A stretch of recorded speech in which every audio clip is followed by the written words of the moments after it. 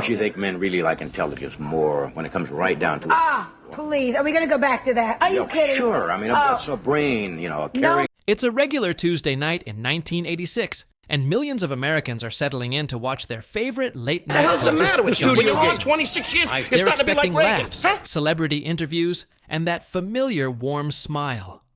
But what they don't know is that behind the scenes, one of the biggest betrayals in television history is about to unfold. A betrayal so shocking that it would end a friendship forever and change late-night TV as we knew it. For 30 years, Johnny Carson was the king of late-night television. Every night, he walked out to that familiar theme song, told his jokes, and made America laugh before they went to bed. He seemed like the nicest guy in the world, always smiling, always charming. But here's what most people didn't know. Johnny Carson had a dark side. When he got angry, really angry, it was explosive. And when he held a grudge, he held it forever. Today, we're going to dive deep into the most intense, shocking, and sometimes heartbreaking arguments that Johnny Carson ever had. These aren't just little disagreements or playful back-and-forth moments. These are full-blown feuds that destroyed friendships, ended careers, and revealed the real Johnny Carson behind all. That charm. Some of these stories will shock you, some will break your heart, and all of them will show you that even America's most beloved host was human after all. Let's start with the biggest betrayal of them all, the one that rocked the entire entertainment world. Joan Rivers was more than just a comedian to Johnny Carson. She was like family. For over 20 years, Johnny had been her mentor, her father figure, and the person who gave her the biggest break of her career. When nobody else in Hollywood would take a chance on a female comedian, Johnny did. He put her on The Tonight Show again and again, and eventually, she became his guest host whenever he took a vacation. Joan loved Johnny like a father, and everyone thought she would be the one to take over The Tonight Show when Johnny finally retired. She was funny, she was quick, and the audience loved her. Everything seemed perfect. But then, in 1986, everything fell apart in the most brutal way possible. Fox Television came to Joan with an offer she couldn't refuse. They wanted to give her own late-night talk show, making her the first woman ever to host a late-night show on a major network. It was a dream come true, but there was one huge problem. The network told Joan that if she wanted the job, she had to keep it completely secret until they announced it. They warned her that if the news leaked early, the whole deal could fall through. Joan found herself in an impossible situation. She knew she should call Johnny first and tell him about the offer, but she was terrified that if she did, word would get out and she'd lose the opportunity of a lifetime. So she made the hardest decision of her career. She decided to take the job without telling Johnny first. When the news broke, Johnny felt like someone had stabbed him in the back. This wasn't just about business to him. This was personal. Joan was like a daughter to him, and daughters don't keep secrets like this from their fathers. He felt betrayed, humiliated, and furious. Joan knew she had to fix things, so she tried calling Johnny to explain. She wanted to tell him how sorry she was and how difficult the decision had been. But when Johnny heard her voice on the phone, he didn't even let her speak. He just hung up. Click. That was it, but Johnny wasn't done. He made sure that Joan would never, ever appear on The Tonight Show again. Not while he was the host, not after he retired, not ever. For the next 26 years, Joan Rivers was banned from The Tonight Show. Even after Johnny left and Jay Leno took over, the ban continued. It wasn't until Jimmy Fallon became the host in 2014 that Joan was finally allowed to return. Can you imagine? 26 years of silence because of one phone call that never happened. Joan later said that losing Johnny's friendship hurt her more than any bad review or career setback she ever faced. She had lost her mentor, her friend, and her father figure all at once, and there was nothing she could do to get him back. This wasn't just a professional disagreement.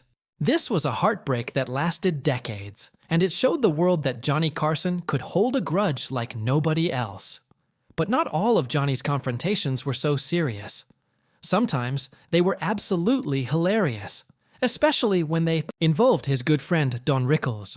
Don Rickles was known as the king of insult comedy. He could make fun of anyone and everyone, and somehow people loved him for it. He and Johnny had been friends for years, and their relationship was built on playful teasing and good-natured insults.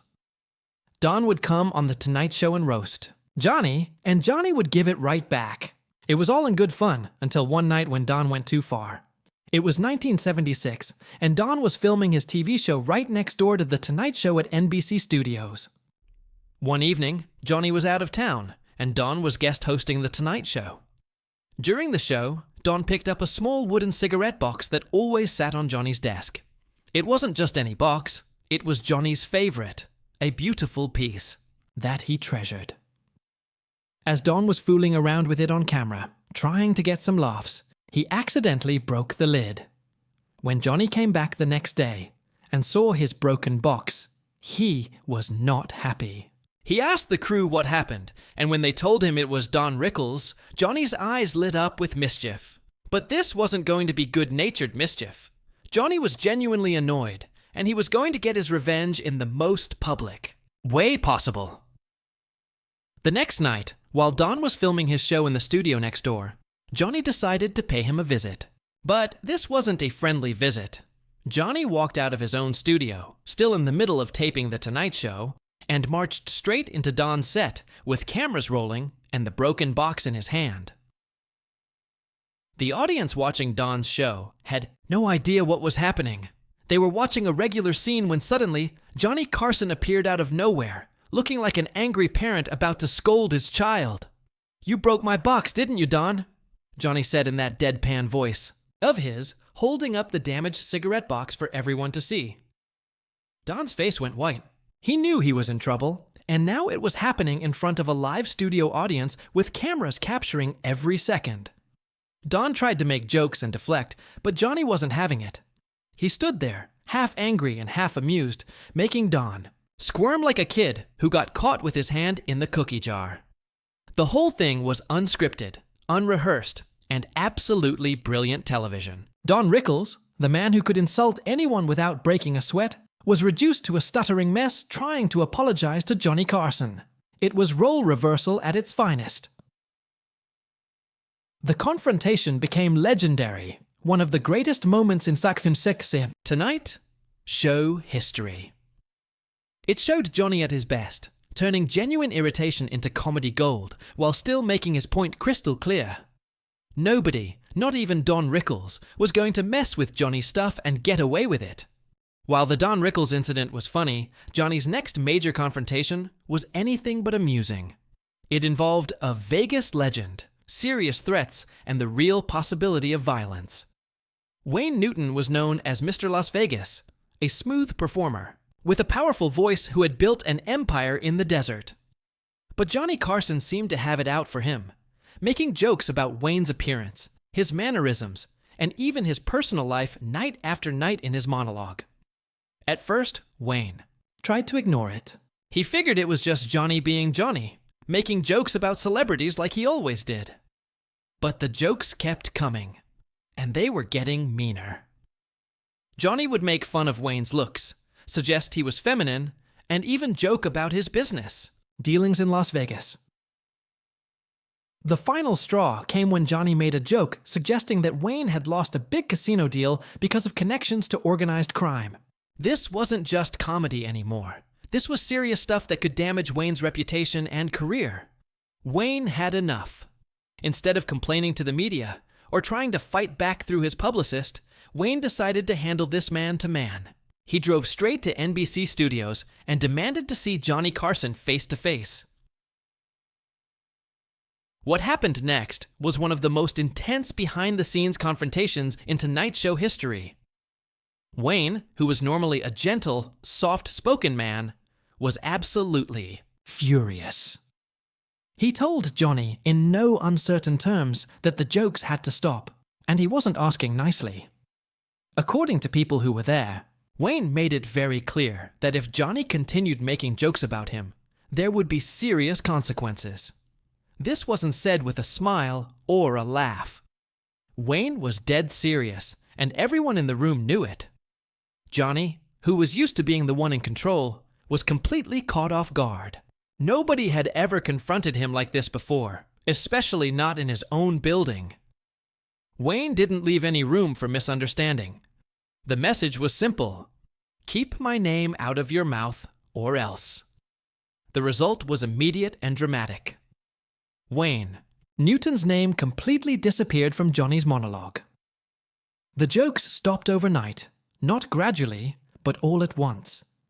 For a man who prided himself on his comedic freedom, Johnny's retreat was shocking. It showed that when someone stood up to him with real force, even the king of late night would back down. Wayne never talked about the confrontation publicly. He didn't try to get publicity out of it or make a big deal about it. He simply drew a line in the sand, and Johnny never crossed it again. While Wayne Newton's confrontation ended quickly, Johnny's next feud dragged on for years and was marked by something unusual for Carson: complete silence. Raymond Burr was a respected actor, best known for playing Perry Mason on television. He was a talented performer with a long, successful career, but he had one thing that made him a target for Johnny Carson. He was overweight. Night after night, Johnny would use Raymond Burr as the punchline for fat jokes. He'd make fun of his size, his eating habits, and his appearance. The audience would laugh, but Raymond wasn't laughing. He was hurt and embarrassed by the constant ridicule. Unlike other celebrities who fought back publicly or tried to laugh it off, Raymond handled the situation differently. He quietly asked people at The Tonight Show to talk to Johnny about easing up on the jokes. But the message never seemed to get through. Or maybe Johnny just didn't care. After Raymond's second appearance on The Tonight Show in 1976, he had made his decision. He would never come back. When the show's producers called to invite him back, he politely declined. When they called again, he declined again. He never made a big scene or complained to the media. He simply walked away. This quiet protest was more powerful than any angry confrontation could have been. Raymond Burr, a dignified man who had served his country in World War II and had a distinguished career, refused to be anyone's punchline anymore. Johnny never acknowledged Raymond's absence publicly, and Raymond never talked about Johnny in interviews. It was a Cold War fought in silence, but the message was clear. There's a difference between humor and humiliation, and Johnny had crossed that line. What made this feud so sad was how it revealed Johnny's blind spots. He seemed to think that if the audience laughed, then everything was okay. He didn't realize, or didn't care, that his jokes were genuinely hurting someone who had done nothing to deserve it. Raymond Burr's quiet dignity in the face of bullying remains one of the most powerful responses to Johnny Carson's sometimes cruel sense of humor. Johnny's conflicts weren't limited to celebrities and entertainers. Sometimes he went to war with institutions, and when the New York Times attacked his wallet, Johnny fired back with both barrels. In 1980, the New York Times published an article claiming that Johnny Carson was making $25 million a year, making him the highest paid person on television. While most stars might have just ignored the story or quietly corrected it, Johnny did what he did best. He went on the attack. The next night, millions of viewers tuned in expecting their usual dose of Johnny's humor, but instead, they got something they'd never seen before. Johnny Carson, visibly angry, standing behind his desk with a copy of the New York Times in his hand. Johnny called the article "damned unfair" and accused the newspaper of printing false information. He was genuinely upset, not just about the numbers, but about what he saw as an invasion of his privacy. His voice was sharp, his jokes were bitter, and his mood was darker than anyone had ever seen. The audience didn't know what to make of it. This wasn't the smooth, collected Johnny they knew and loved. This was a man who felt betrayed by a newspaper he had trusted and respected. Johnny felt that the article made him look greedy and out of touch, especially during a time when regular Americans were struggling with economic problems. He had spent decades building an image as a down-to-earth, regular guy from the Midwest, and now he felt that image was under attack. The confrontation with the New York Times showed a side of Johnny that few people had ever seen. He could dish it out with the best of them, but when he became the target, he didn't like it one bit. It was a rare moment when the man behind the desk dropped his mask and showed his vulnerability. The media picked up on Johnny's angry response, and it became a story in itself. Some people supported Johnny, saying he had a right to defend himself. Others thought he had overreacted to a fairly standard news story. Either way, it was clear that Johnny Carson did not like being on the receiving end of criticism. While Johnny's public battles were intense, his most painful confrontation happened in private, at what should have been one of the happiest moments of his career. In 1987, NBC threw a huge party to celebrate Johnny Carson's 25th anniversary as host of The Tonight Show. It was a glamorous event filled with celebrities, executives, and everyone who had been part of Johnny's incredible success. But what should have been a night of pure celebration turned into one of the most heartbreaking moments of Johnny's life. Johnny's relationship with his 3 sons had always been complicated. His dedication to The Tonight Show, his private nature, and his struggles with alcohol had created distance between him and his children. His middle son, Rick, had been trying for years to build a better relationship with his father, but it never seemed to work. When Rick showed up at the anniversary party, the tension was immediate. According to people who were there, what started as a quiet conversation between father and son quickly turned into something much worse. Details are hard to come by because Johnny was always very private about his personal life, but witnesses say that Rick confronted his father about putting his career ahead of his family. The conversation got heated, then it got loud, and then it became a full-blown argument right there in front of NBC executives and Hollywood stars. Some people said the fight nearly turned physical. Others said Johnny looked more hurt than angry. Whatever the exact details, it was clear that this wasn't just a disagreement. This was years of pain and resentment boiling over at the worst possible time. Johnny, who could handle hecklers, difficult guests, and media criticism, was reportedly shaken by the confrontation with his son. He left his own anniversary party early, and people noticed that he seemed withdrawn for the rest of the evening. Unlike his other feuds, this one had no punchline, no clever comeback, no way to turn it into entertainment. This was just a father and son who couldn't figure out how to love each other properly.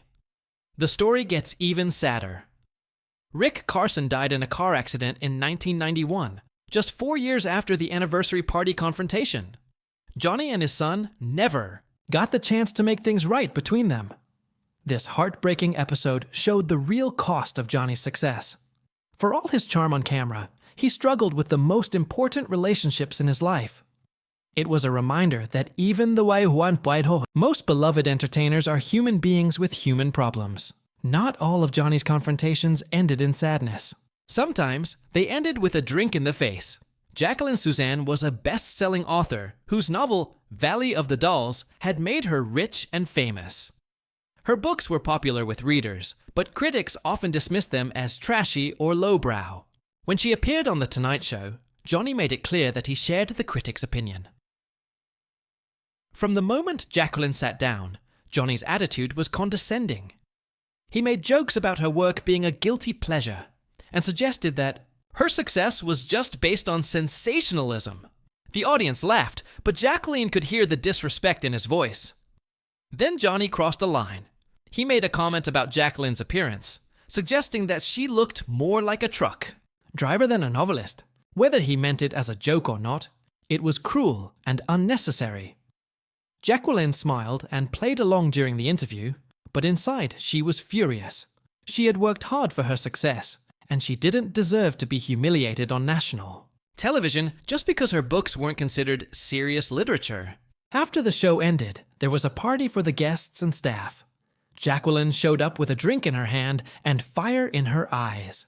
She walked straight up to Johnny Carson, looked him in the eye, and threw her black Russian cocktail right in his face. The room went completely silent. Johnny stood there, dripping with vodka and coffee liqueur, too shocked to speak. Jacqueline didn't say a word.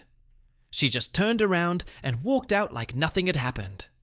Word of the incident spread through Hollywood like wildfire. Nobody could believe that someone had actually thrown a drink at Johnny Carson, the most powerful man in late-night television. It was bold, it was dramatic, and depending on your point of view, it was either completely justified or completely crazy. Johnny never talked about the incident publicly, but Jacqueline Suzanne never appeared on The Tonight Show again. She had made her point in the most memorable way possible, and while it probably cost her future appearances, she showed that she wasn't going to be anyone's punchline. The drink-throwing incident became legendary in Hollywood circles. It was proof that Johnny Carson's sharp tongue sometimes had real consequences, and that not everyone was willing to just sit there and take it. As Johnny's career continued, the world around him was changing, and sometimes his humor didn't change with it. This led to one of his most controversial moments, involving a young woman who was making history. In 1984, Vanessa Williams became the first African-American woman to be crowned Miss America. It was a groundbreaking moment that represented real progress in a pageant that had been criticized for its lack of diversity. When Vanessa appeared on The Tonight Show shortly after her victory, millions of people tuned in to see this historic figure. But Johnny's monologue that night included a joke that many people found deeply offensive. He made a comment about the pageant's changes, implying that Vanessa's victory was more about political correctness than her actual qualifications. The joke fell flat with many viewers and sparked immediate controversy. Vanessa Williams later said that Johnny's comment hurt her deeply. She had worked incredibly hard to win the crown, and she felt that his joke dismissed her achievement and reduced her historic victory to a publicity stunt. The backlash was swift and intense. Critics accused Johnny of being insensitive and out of touch. Civil rights groups condemned the joke, and even some of Johnny's longtime fans expressed disappointment. Johnny found himself in an uncomfortable position. He wasn't used to this kind of criticism, and he wasn't sure how to handle it. He offered a half-hearted apology, but mostly tried to wait for the controversy to blow over. The incident marked a turning point for Johnny, and for late-night television in general. It showed that jokes that might have been acceptable in the past were no longer okay in a changing world. It also revealed that even the most beloved entertainers weren't immune to criticism when they crossed certain lines. For Vanessa Williams, it was a painful but important lesson about the complexities of fame and the challenges of being a groundbreaker. For Johnny Carson, it was a reminder that his words carried real weight and could cause real harm.